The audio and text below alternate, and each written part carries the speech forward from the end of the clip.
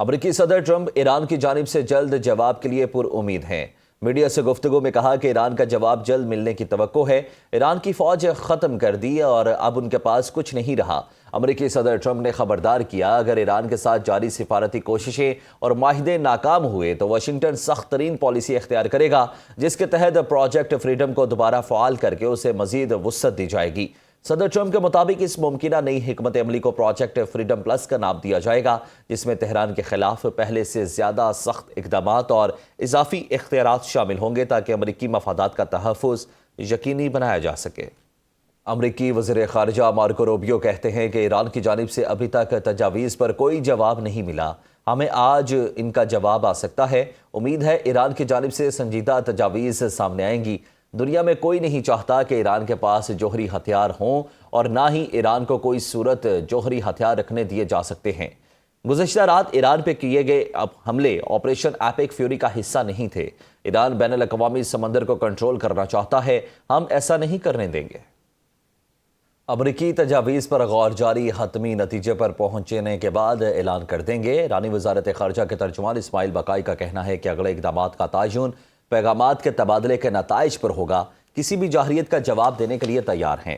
وزیر خارجہ عباس عراقچی نے کہا کہ جب بھی سفارتی حل میز پر آتا ہے، امریکہ فوجی مہم جوئی کا انتخاب کرتا ہے۔ یہ سب دباؤ ڈالنے کی بھونڈی حکمت عملی ہے۔ کسی تخریب کار کی جانب سے امریکی صدر کو نئی دلدل میں دھکیلنے کی کوشش ہو رہی ہے۔ ایرانی قوم کبھی دباؤ کے سامنے نہیں جھکتی۔ اسلام آباد میں امریکہ اور ایران کے درمیان مذاکرات کے نئے دور کے آغاز کا امکان۔ امریکی اخبار وال اسٹریٹ جرنل کی رپورٹ کے مطابق دونوں ممالک ثالثی کے ذریعے ایک 14 نکاتی مفاہمتی یادداشت پر کام کر رہے ہیں، جو 1 ماہ پر مشتمل ابتدائی مذاکراتی فریم ورک طے کرے گی۔ رپورٹ میں کہا گیا ہے کہ مذاکرات میں ایران کے جوہری پروگرام، آبنائے ہرمز میں کشیدگی کی کمی اور افزودہ یورینیم کے ذخائر کی ممکنہ منتقلی جیسے اہم امور زیر بحث آئیں گے، جبکہ ایران پر امریکی پابندیوں میں نرمی اب بھی ایک اختلافی نقطہ ہے۔ اگر پیش رفت ہوئی تو ابتدائی معاہدے کی مدت باہمی رضامندی سے بڑھائی بھی جا سکتی ہے۔ ایرانی قوم کبھی دباؤ کے سامنے نہیں جھکتی۔ جب بھی سفارتی حل کا موقع آتا ہے، امریکہ غیر ذمہ دارانہ فوجی مہم جوئی کرتا ہے۔ ایرانی وزیر خارجہ عباس عراقچی نے رد عمل میں کہا کہ یہ سب دباؤ ڈالنے کی بھونڈی حکمت عملی ہے۔ کسی تخریب کار کی جانب سے امریکی صدر کو نئی دلدل میں دھکیلنے کی کوشش ہو رہی ہے۔ وجوہات کچھ بھی ہوں، نتیجہ ایک ہی رہتا ہے۔ ایران کے میزائل ذخیرے اور لانچر کی صلاحیت 75 نہیں 120% ہے۔ ظلم کے خلاف جدوجہد ایرانی سرزمین کی تاریخ کا روشن باب ہے۔ صدر مسعود پزشکیان کہتے ہیں استحصال کی پالیسی کی مستقبل کی دنیا میں کوئی جگہ نہیں ہوگی۔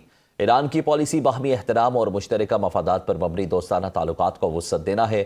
جس طرح ایران کے لوگوں کی ثقافت میں رواداری کی جڑیں گہری ہیں، اسی طرح اس سرزمین کی تاریخ میں جبر کے خلاف جدوجہد چمکتی ہے۔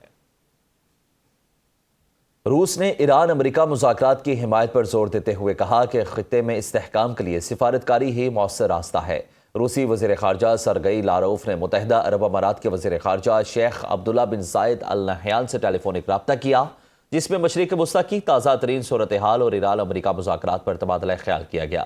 روسی وزارت خارجہ کے مطابق ماسکو نے زور دیا کہ ایران اور امریکہ کے درمیان جاری مذاکرات کی مکمل حمایت کی جانی چاہیے تاکہ خطے میں دوبارہ کشیدگی اور جنگی صورتحال سے بچا جا سکے۔